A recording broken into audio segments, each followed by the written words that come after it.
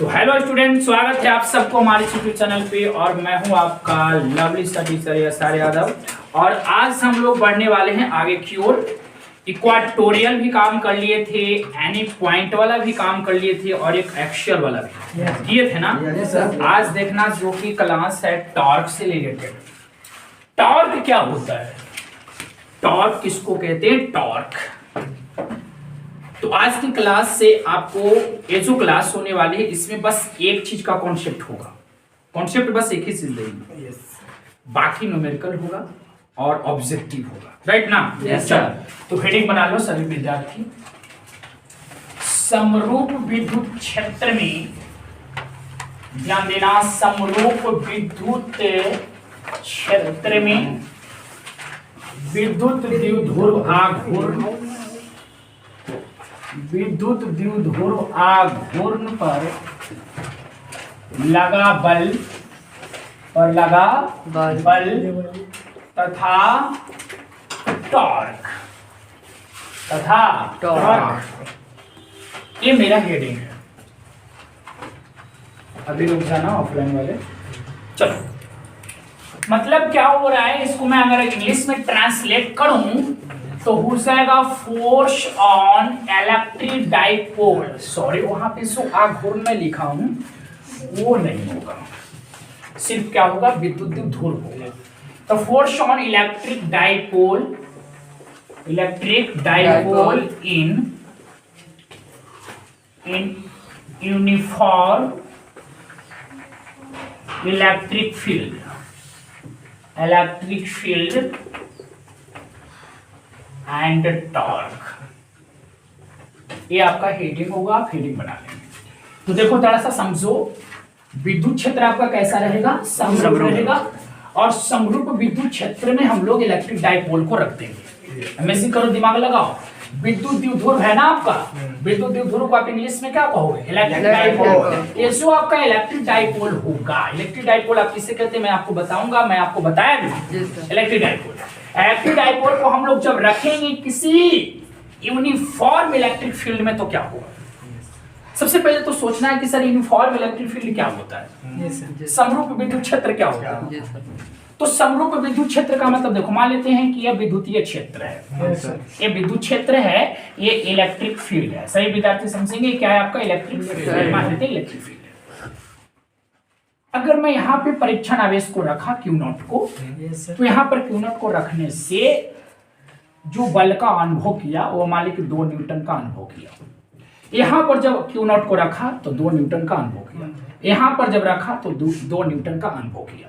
तो क्या हो रहा है समझो तो, थोड़ा सा कहीं पर बल का मान तो चेंज नहीं हो रहा, कहीं भी रख रहे हैं तो कितना न्यूटन का फील कर रहा है, 2 न्यूटन का ही फील कर रहा है कि हमारे ऊपर फोर्स कितना न्यूटन का लग रहा है, 2 न्यूटन।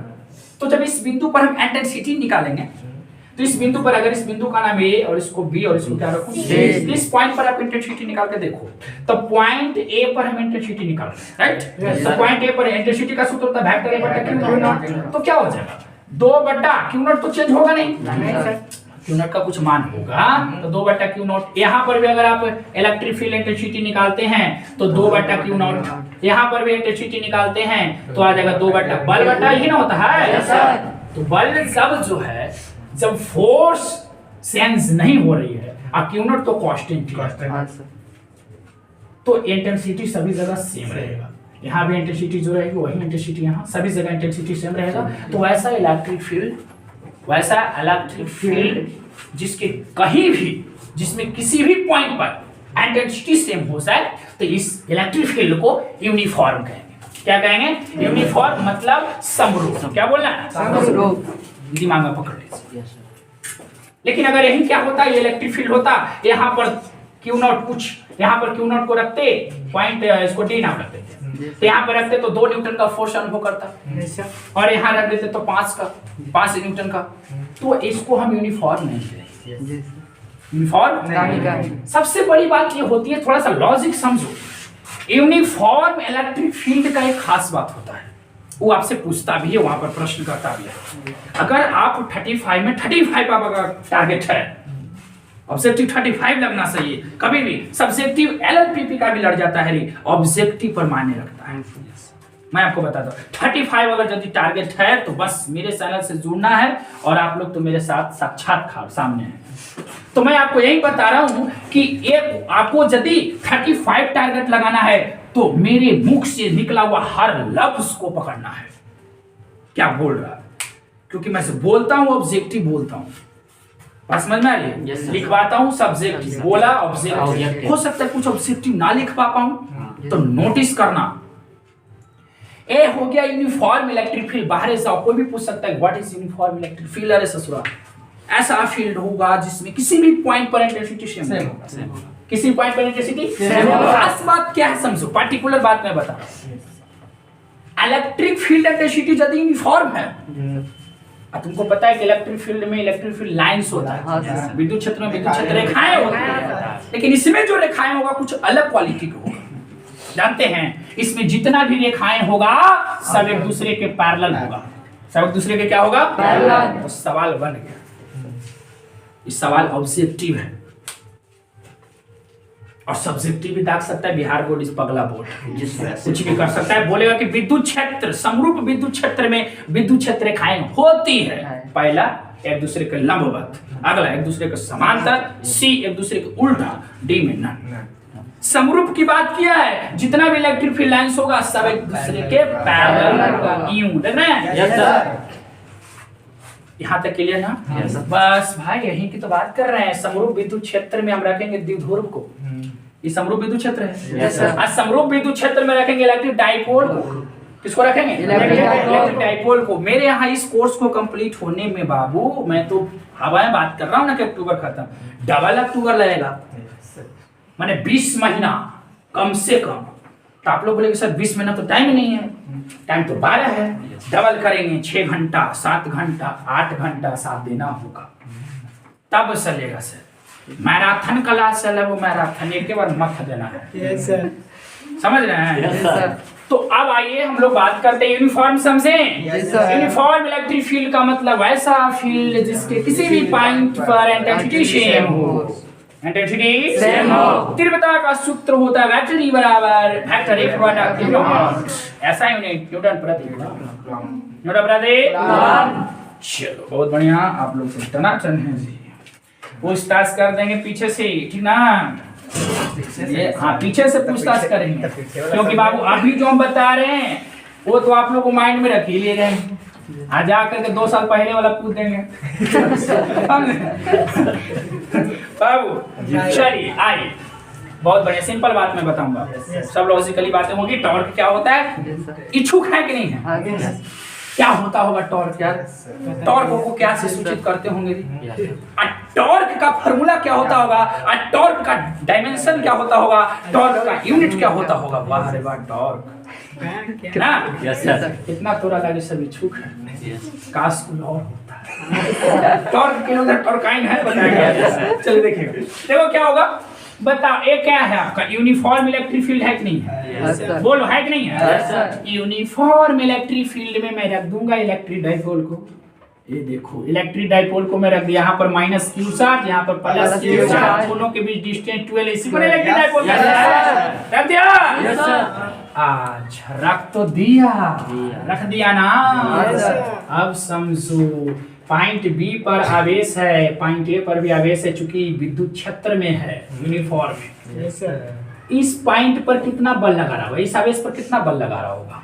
विद्युत क्षेत्र में है ना, तो विद्युत क्षेत्र के कारण इस पर कुछ बल लग रहा होगा। तो देखो मैं बताता हूँ, पॉइंट बी पर मेरे साथ आप लोग रहेंगे, बस सिंपल बातें मैं बता रहा हूँ।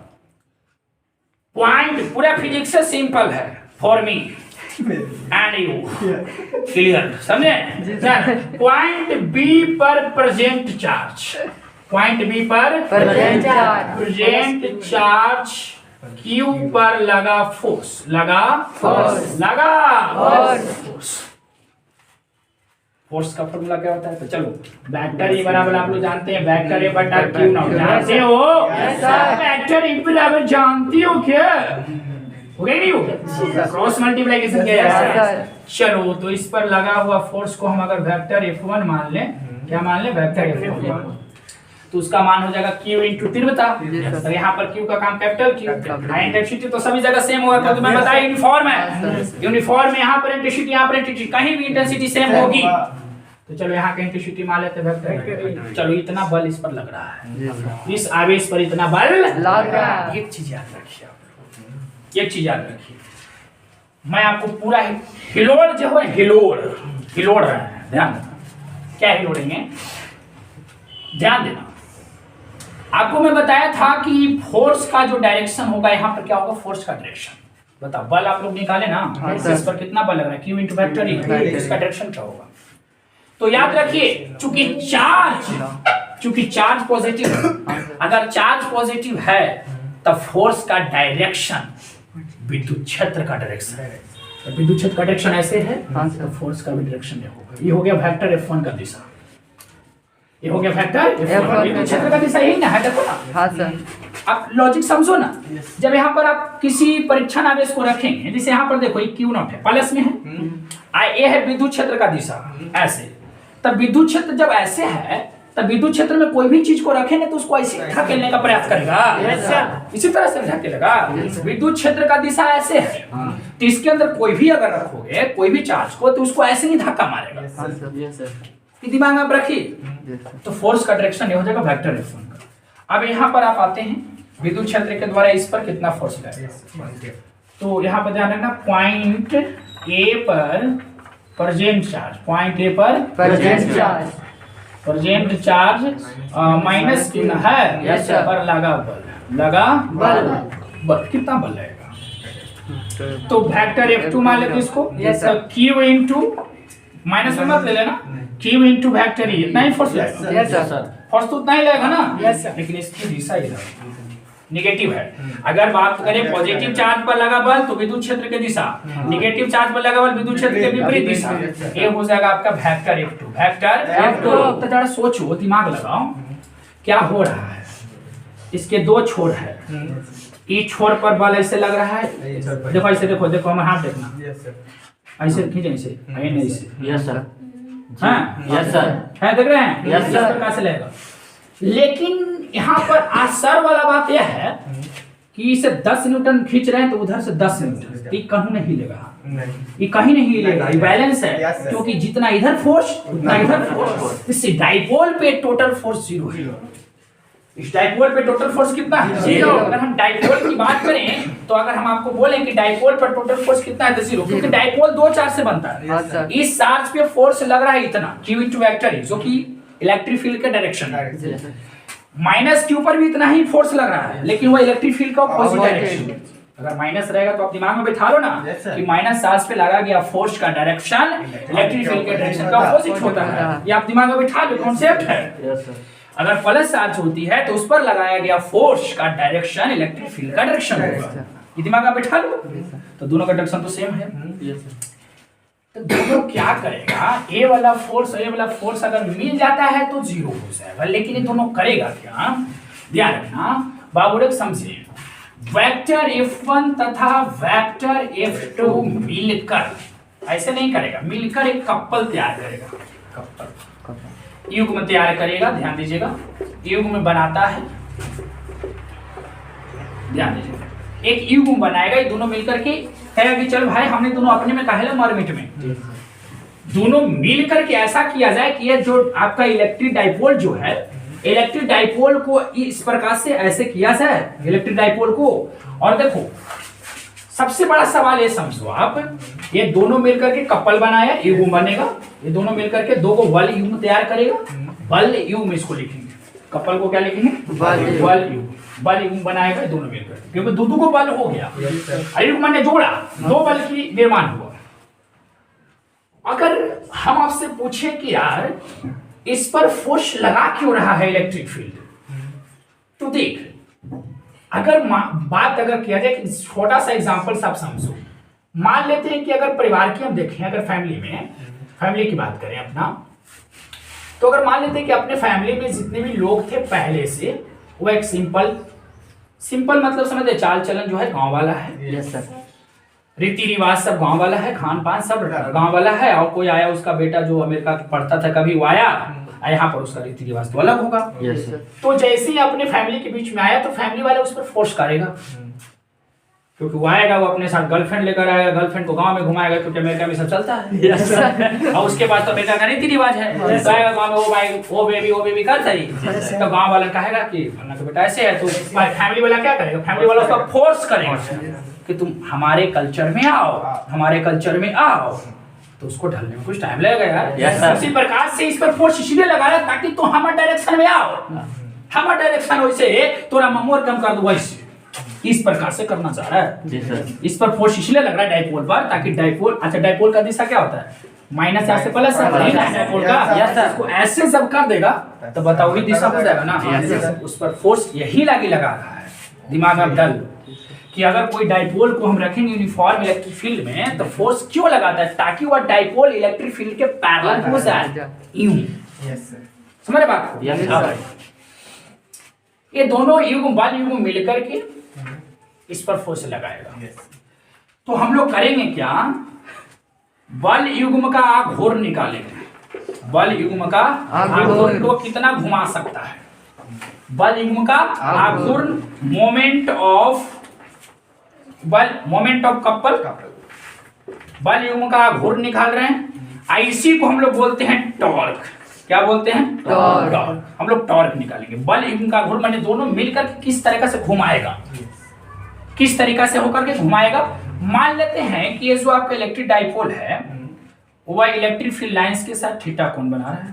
कितना कोण बना रहा है? थीटा कोण बना रहा है। यहाँ पर हम ऐसे लाइन ड्रा कर लेते हैं इस प्रकार से, ऐसे ध्यान देना। तो यहाँ पर 90 है, ये थीटा तो कितना हो जाएगा, थीटा समांतर है ना, कोण बराबर हो जाएगी थीटा मान लेते हैं।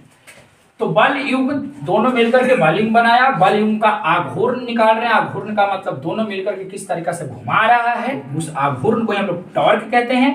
और टॉर्क अगर निकालना है तो ध्यान रखना, टॉर्क को टाउ से सूचित करेंगे।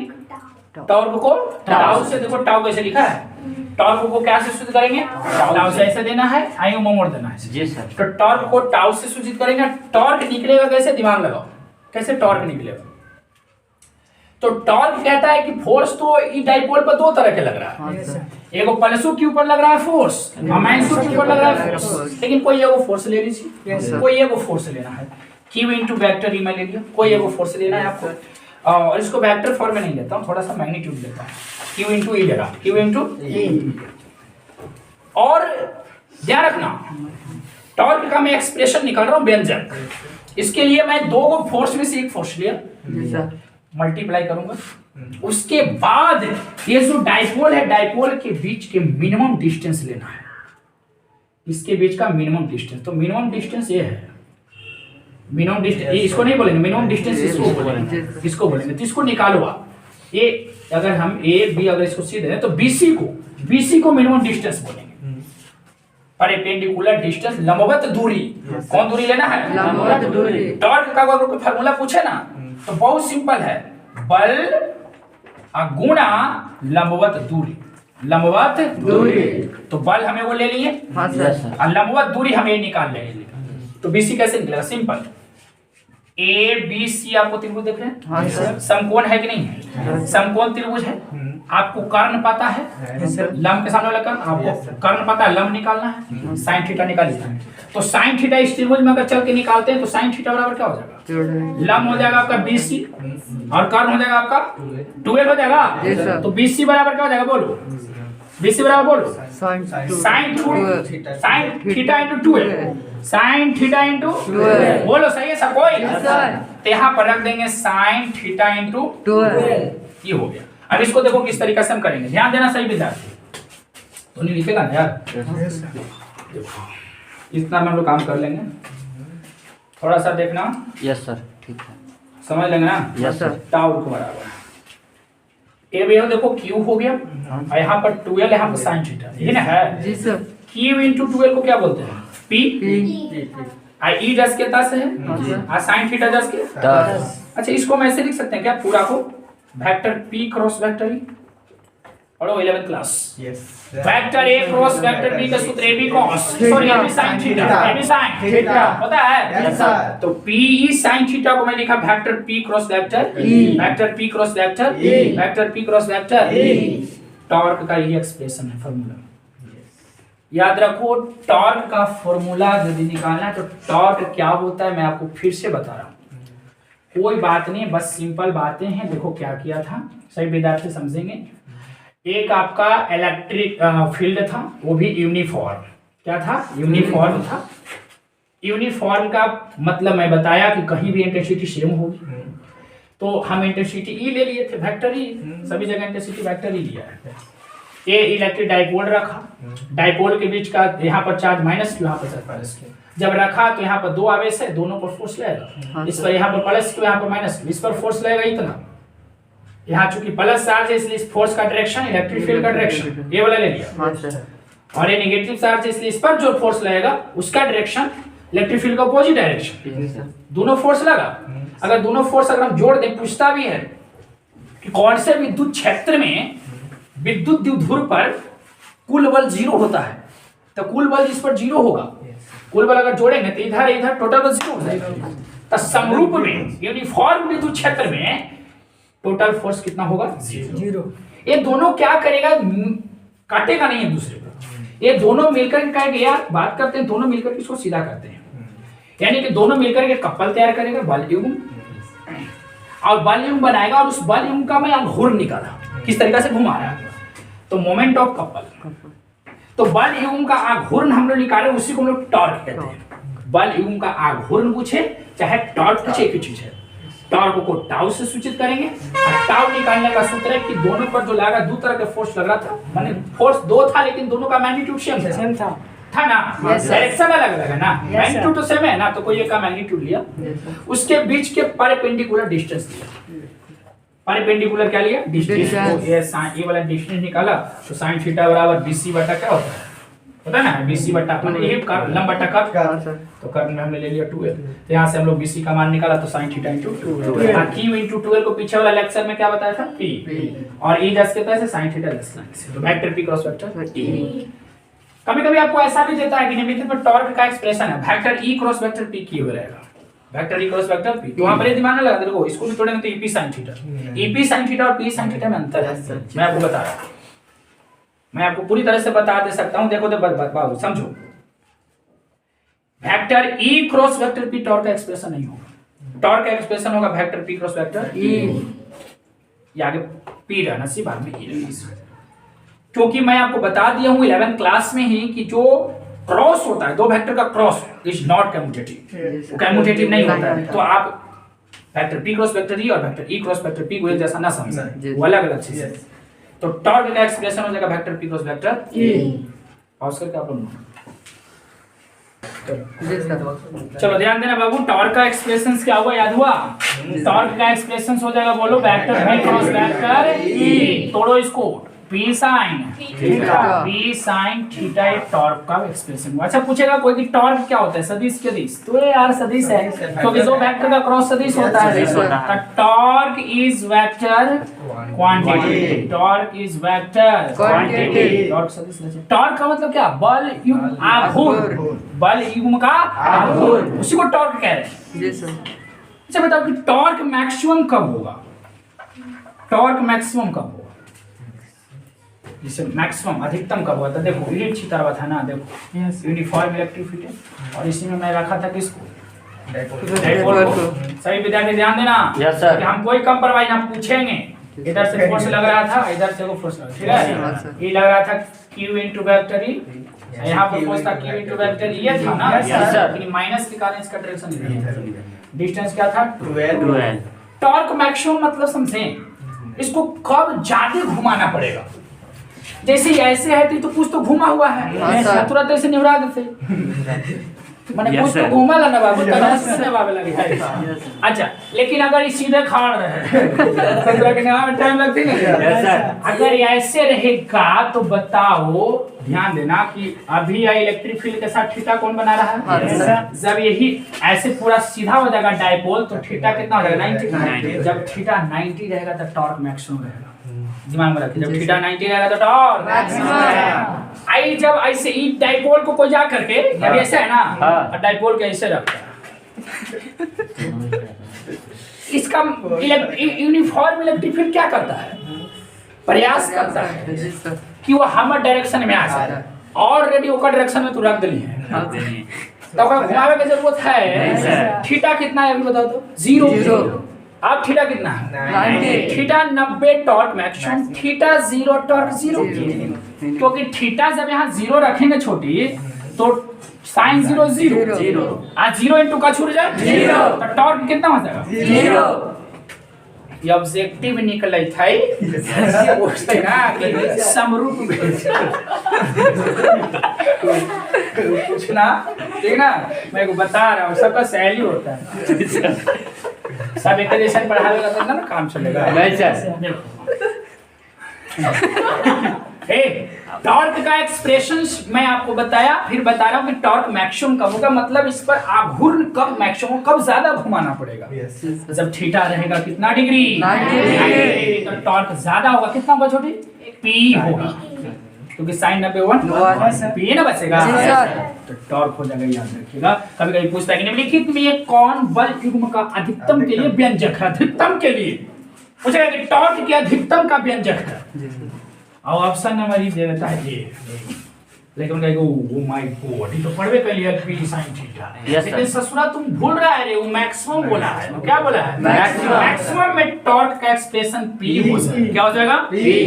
और अगर मिनिमम की बात करें तो क्या हो जाएगा? 0।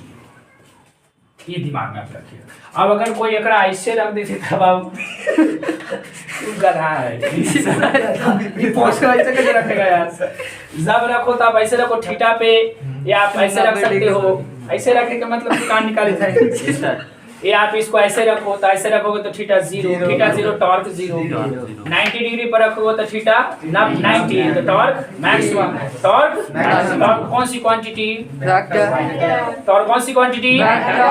टॉर्क का फार्मूला बल गुना परपेंडिकुलर डिस्टेंस, लंबवत ना, बल गुना परपेंडिकुलरी डिस्टेंस बोले, लंबवत ना बोल रहे हैं, परपेंडिकुलर का मतलब तो लंब होगा, लेकिन लंबवत बोलना है ना, तो परपेंडिकुलरी डिस्टेंस, ठीक ना। तो आपको मैं बता दें कि टॉर्क का एक्सप्रेशन आप जान गए कि सबसे पहले तो फार्मूला आपको मैंने बताया कि ये वो फोर्स ले लेना है और उन्हें परपेंडिकुलर डिस्टेंस लेना है, ये वो फॉर्मूला आपको पता ही है। अच्छा बताओ यहाँ से, अगर मैं कहूँगा कि यूनिट बताओ, ऐसा यूनिट ऑफ टॉर्क, तो सिंपल बल है ना, बल का न्यूटन, आई दूरी है ना, लंबवत दूरी, दूरी का मीटर, तो न्यूटन किसका यूनिट है? टॉर्क मतलब बल युग्म का आघूर्ण, उसको डायरेक्ट देता है बल युग्म आघूर्ण, बल युग्म आघूर्ण। यूनिफॉर्म इलेक्ट्रिक फील्ड क्या होता है? यूनिफॉर्म इलेक्ट्रिक फील्ड क्या होता है? एक ऐसा इलेक्ट्रिक फील्ड जिसके किसी भी पॉइंट पर इंटेंसिटी सेम होता है, बोलो इंटेंसिटी सेम होता है, वेक्टर E का वैल्यू सेम होता है, वेक्टर F सेम होता है। कुछ पकड़ो लॉजिक करेगा, चलो। अच्छा बताओ डायमेंशंस क्या हो सकता है? कोने में भाग दे रहे हैं, डायमेंशंस क्या हो सकता है? सिंपल, बल का डायमेंशन याद है, m l t इनवर्स 2, और दूरी है ना, दूरी का भी मैं तो आ गया m l square t inverse 2। अब कोई प्रॉब्लम नहीं। टॉर्क का यूनिट बता दिया, टॉर्क का डायमेंशन बता दिया, टॉर्क मैक्सिमम कब होगा बता दिया। अब मेरा जो अगला सवाल है, क्योंकि बाबू जब हम थंबनेल के नीचे जब लिखते हैं तो मैं लिख देता हूँ नीट लिखता हूँ, जे लिखता हूँ मैथमेटिक्स में, तो उतना तक कूदेंगे, उतना तक हम डीप में जा रहे हैं, डीप में जाएंगे ये इतना तक 12th है, 12th के आगे अगर जाना है तो आपको यही बात हम बता देंगे, जब यूनिफॉर्म नहीं होगा तो क्या होगा, जब इलेक्ट्रिक फील्ड यूनिफॉर्म नहीं होगा तो क्या होगा, ये बात मैं आपको बताऊंगा, तो पेशेंस रखिए, ठीक ना। कुछ ऑब्जेक्टिव है जो हम लोग करेंगे, ये चीज समझ गए? बोलो। हाँ सर। टॉर्क मैक्सिमम कब होगा? जब थीटा 90 डिग्री। टॉर्क कौन सी क्वांटिटी होगी? वेक्टर क्वांटिटी होगी। थीटा 90, टॉर्क मैक्सिमम कितना? P। कितना? P। टॉर्क का एक्सप्रेशन होगा फोर्स इनटू परपेंडिकुलर डिस्टेंस, ये ना। टॉर्क का यूनिट क्या होगा? Newton metre. बोलो सही है। टॉर्क का डायमेंशंस क्या होगा? बोलो हो गया ना? 10 मिनट टाइम है, 10 मिनट है कि 5 मिनट है? 10 मिनट में 5 ऑब्जेक्टिव करते हैं। पॉज करो अपन, ध्यान देना। Yes sir. टॉर्क का एक्सप्रेशन आप देखें वेक्टर पी क्रॉस वेक्टर, ये टॉर्क मैक्सिमम का होगा आप देखें। कुछ क्वेश्चन है जो आप करेंगे, मैं ऑब्जेक्टिव हर एक्सरसाइज से कराऊंगा कम से कम 25-30 न्यूमेरिकल भी चलेगी, समझ रहे ना। जो विद्यार्थी नीट हैं जेई हैं उनको लिए कोई प्रॉब्लम नहीं। आपका जो टीचर होंगे जो नीट के प्रिपरेशन करा रहे होंगे वो हम यहाँ तक जाएंगे, वो बेचारे यहाँ तक जाएंगे, बस इतना का डिफरेंस होगा, इतना का डिफरेंस होगा, बस इतना सेम होगा, याद रखिए। टॉर्क वो भी पढ़ाएगा, टॉर्क मैं भी पढ़ाऊंगा, टॉर्क का एक्सप्रेशन वो भी यही लाएगा और मैं भी वही लाया। टॉर्क का एक्सप्रेशन क्या होगा, vector P cross vector. Base complete करना है तो मेरे YouTube चैनल को अभी सब्सक्राइब करा, कस के दाब बेल आइकन ताकि आवाज हमारा भिला दे। Yes sir. इतना बस के दबाते ही महिला परवाह। अगला क्वेश्चन देखो क्या कह रहा है, क्वेश्चन ऑब्जेक्टिव पर फोकस कीजिएगा। निम्न में कौन विद्युत क्षेत्र का मात्रक नहीं है? निम्न में कौन विद्युत क्षेत्र का मात्रक नहीं है? निम्न में कौन विद्युत क्षेत्र का मात्रक नहीं? अब बताइए कि इसमें विद्युत क्षेत्र का मात्रक नहीं है। ऑप्शन नंबर ए जो मैं लिया newton coulomb inverse 1, B joule coulomb inverse 1, C volt metre inverse 1, D joule coulomb inverse 1 metre inverse 1। चलिए चार ऑप्शन यहाँ देखो, ये बिल्कुल एकदम बगुला की तरह ध्यान होना चाहिए। कौन विद्युत क्षेत्र का मात्रक नहीं बताओ? तो देखो क्वेश्चन समझो, विद्युत क्षेत्र का मात्रक पूछा है। विद्युत क्षेत्र का मतलब तीव्रता। मैं बताया हूं विद्युत क्षेत्र की तीव्रता को कभी कभी विद्युत क्षेत्र कहते हैं। विद्युत क्षेत्र की तीव्रता को क्या बोलते हैं? वेक्टर। इसका फार्मूला होता है वेक्टर बटा क्यू, ये होता है। तो इस फार्मूला के बेसिस पे मात्रक हो जाएगा न्यूटन प्रति कूलम होगा, न्यूटन कूलम इनवर्स 1। ये तो लग रहा है मात्रक है कि नहीं है? ये इलेक्ट्रिक फील्ड का यूनिट है, लेकिन सवाल है कि कौन नहीं है। ये तो एगो पकड़ाया है, बाकी तीन को देखते हैं कि कौन कौन है, ठीक ना। एक फार्मूला और याद कीजिए सर, आप लोगों को मैं बताया था E बराबर माइनस में dV बाई dx। क्या याद है? Yes sir. तो ऊपर हो गया विभव, विभव का वोल्ट, वोल्ट ना, मीटर होगा, yes sir, volt metre inverse 1। चलो ये भी होगा, ये भी होगा, ये भी। और सवाल दो को कर रहा है, यस सर, दो को तो छाट ले लिए, यस सर। बोलो क्लियर है? Yes sir. ये दोनों यूनिट है इलेक्ट्रिक फील्ड का। सवाल है हाँ सिंपल। सबसे पहले विद्यार्थी याद रखिए, आईएससी का स्टूडेंट है, खास करके हमारा स्टूडेंट हुरवार रह के चाहिए। Yes sir. हुरहार करते रहो। 10वां क्लास में पढ़ा था। Yes sir. हुरहार करा ले खोखा, तो कहता था कि ये बनेगा इंजीनियर। Yes sir. तो वही बात है बाबा, हुरहार करो, हम भी कहें कि बनेगा आगे चल डॉक्टर के इंजीनियर।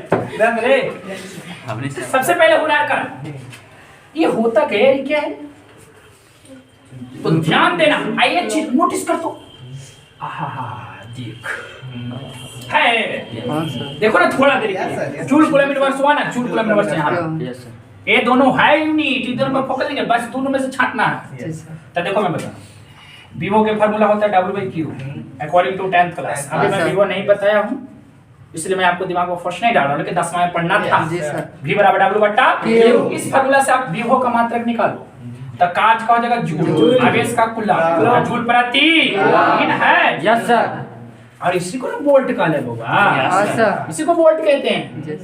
तो ये तो वोल्ट है रे, ये क्या है? वोल्ट। अब वोल्ट चूंकि विभव का होता है, वोल्ट किसका होता है? विभव का। तीव्रता का ना, ये तो वोल्ट है। अगर कोई बोले कि बता कि ये विद्युत क्षेत्र की तीव्रता का मात्रक है, ससुर ये कैसे हो सकता है? तीव्रता का मात्रक तो वोल्ट मीटर इनवर्स 1 होता है, तीव्रता का मात्रक तो न्यूटन प्रति कूलम होता है। ये तो वोल्ट है, ये तो विभव का यूनिट है, ये तीव्रता का यूनिट नहीं हो सकता है। तो कहिए सर ये हो सकता है, बिल्कुल, क्योंकि इतना दूरी विभव है कि नहीं है? विभव है, वोल्ट मीटर इनवर्स है। देखो ये और यूनिट सेम था, ये ऑप्शन सेम था, खाली रूप चेंज था। ये ऑप्शन सेम था, देखो ना विभव, और एजा पर विभव की जगह लिख दिया जूल इनवर्स 1।